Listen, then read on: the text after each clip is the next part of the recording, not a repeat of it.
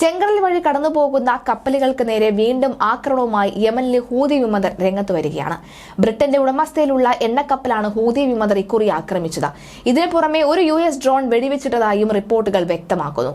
Houthi സൈനിക വക്താവ് യഹിയ സാരിയാണ് മാധ്യമങ്ങൾ വഴി ഈ വിവരം പുറത്തുവിട്ടത്. ചെങ്കടൽ വഴി കടന്നുപോവുകയായിരുന്ന ബ്രിട്ടീഷ് എണ്ണക്കപ്പലായ ആൻഡ്രോമീഡ സെറ്റാർ മിസൈലുകൾ ഉപയോഗിച്ച് ആക്രമിച്ചതിന്റെ ഉത്തരവാദിത്വം തങ്ങൾ ഏറ്റെടുക്കുകയാണെന്നാണ് യഹിയ അറിയിച്ചത്.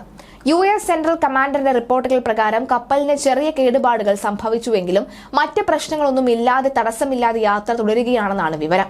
കപ്പൽ ആക്രമിച്ചതിന് പുറമെയാണ് US മിലിറ്ററിയുടെ MQ-9 എന്ന ഡ്രോണും ഹൂതി വിമതർ തകർത്തത്. ഹൂതി ആക്രമണങ്ങളെ ചെറുക്കാനായി പ്രദേശത്ത് വിന്യസിച്ചിട്ടുള്ള നാവികസേനാ സഖ്യം സുരക്ഷിതമായി തുടരുന്നുമുണ്ട്. ഡ്രോൺ തകർന്ന വിഷയത്തിൽ US സൈന്യം ഇതുവരെ പ്രതികരിച്ചിട്ടില്ല എന്നതാണ് വാസ്തവം. ചെങ്കടലിൽ ഹൂതികൾ ആക്രമണം ആരംഭിച്ചതിന് ശേഷം ഇത് 3ാം തവണയാണ് US ഡ്രോൺ വെടിവെച്ചിടുന്നത്. കഴിഞ്ഞ നവംബർ ഫെബ്രുവരി മാസങ്ങളിലും സമാനമായ രീതിയിൽ US ഡ്രോണുകൾ വെടിവെച്ച വീഴ്ത്തിയിരുന്നു. ഇസ്രായേൽ ഹമാസ് സംഘർഷത്തിൽ ഇസ്രായേലിന് പിന്തുണ അറിയിച്ചാണ് ഹൂതികൾ ചെങ്കടലിൽ ആക്രമണം നടത്തുന്നത്. ഇസ്രായേൽ ആക്രമണം അവസാനിപ്പിച്ചാൽ തങ്ങളും മേഖലയിൽ നിന്ന് പിന്മാറുമെന്നാണ് ഹൂതികളുടെ വാദം. ചെങ്കടലിലെ ആക്രമണം ആഗോള വ്യാപാര ശൃംഖലയെ സാരമായി തന്നെ ബാധിച്ചിട്ടുണ്ട്.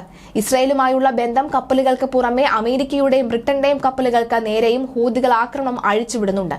അതേസമയം യുദ്ധത്തിൽ ഇസ്രായേലിനെതിരെ പോരാടുന്ന ഫലസ്തീനികളെ പിന്തുണച്ച പ്രദേശത്തെ വാണിജ്യ കപ്പലുകൾക്ക് നേരെ ആക്രമണം തുടരുന്നതിനിടെ തങ്ങളുടെ മിസൈലുകൾ ചെങ്കടലിൽ ആൻഡ്രോമീഡിയ സ്റ്റാർ എണ്ണക്കപ്പൽ പതിച്ചതായി യമനിലെ ഹൂതികൾ തന്നെ പറയുകയാണ്.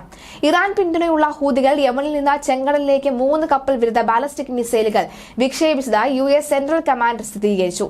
ഇത് ആൻഡ്രോമീഡിക് സ്റ്റാറിന് ചെറിയ കേടുപാടുകൾ വരുത്തി. റഷ്യയുമായി ബന്ധിപ്പിച്ചിട്ടുള്ള വ്യാപാരത്തിൽ ഏർപ്പെട്ടിരുന്ന ടാങ്കർ റഷ്യയിലെ പ്രിമോർസ്കിൽ നിന്ന് ഗുജറാത്തിലെ വാദിനാറിലേക്കുള്ള യാത്രയിലായിരുന്നു. കപ്പലിന് കേടുപാടുകൾ സംഭവിച്ചതായി കപ്പലിന്റെ മാസ്റ്റർ റിപ്പോർട്ട് ചെയ്തതായി ബ്രിട്ടീഷ് സമുദ്ര സുരക്ഷാ സ്ഥാപനമായ ആംബ്രയും പറയുന്നു. 2ാമത്തെ കപ്പലായ MV മൈഷയുടെ സമീപത്ത് ഒരു മിസൈൽ ഇറങ്ങിയെങ്കിലും അതിന് കേടുപാടുകൾ സംഭവിച്ചിട്ടില്ല എന്ന് US central commander social media സൈറ്റായ Xൽ അറിയിച്ചു. പനാമയുടെ പതാകയുള്ള ആൻഡ്രോമീഡിയ സ്റ്റാർ ബ്രിട്ടന്റെ ഉടമസ്ഥയിലുള്ളതാണെന്നാണ് ഹൂതി വക്താവ് യഹിയ സരിയ പറയുന്നത്. ഇറാൻ അനുകൂല ഹൂതി തീവ്രവാദികൾ നവംബർ മുതൽ ചെങ്കടൽ, ബാബ് അൽ മദാബ് കടലിടുക്ക്, ഏദൻ ഉൾക്കടൽ എന്നിവിടങ്ങളിൽ ആവർത്തിച്ച് ഡ്രോൺ മിസൈൽ ആക്രമണം നടത്തുകയാണ്. ഷിപ്പർമാരെ ചരക്കുകൾ തിരിച്ച് ദക്ഷിണാഫ്രിക്കയ്ക്ക് ചുറ്റുമുള്ള കൂടുതൽ ചെലവേറിയ യാത്രയിലേക്ക് തിരിച്ചുവിടാൻ നിർബന്ധിതരാക്കുകയും ഭയപ്പെടുത്തുകയും ചെയ്തു. ഇസ്രായേൽ ഹമാസ് യുദ്ധം മിഡിൽ ഈസ്റ്റിൽ വ്യാപിക്കുകയും അസ്ഥിരതപ്പെടുത്തുകയും ചെയ്യുന്നു. ഇസ്രായേൽ, അമേരിക്ക, ബ്രിട്ടൻ എന്നീ രാജ്യങ്ങളുമായി ബന്ധമുള്ള കപ്പലുകളെ ലക്ഷ്യമിട്ടുള്ള ഹൂതികളുടെ ആക്രമണത്തിന് ഒരു ചെറിയ ഇടവേളയ്ക്ക് ശേഷമാണ് ആൻഡ്രോമീഡിയ സ്റ്റാറിനെതിരെ ആക്രമണം നടക്കുന്നത്.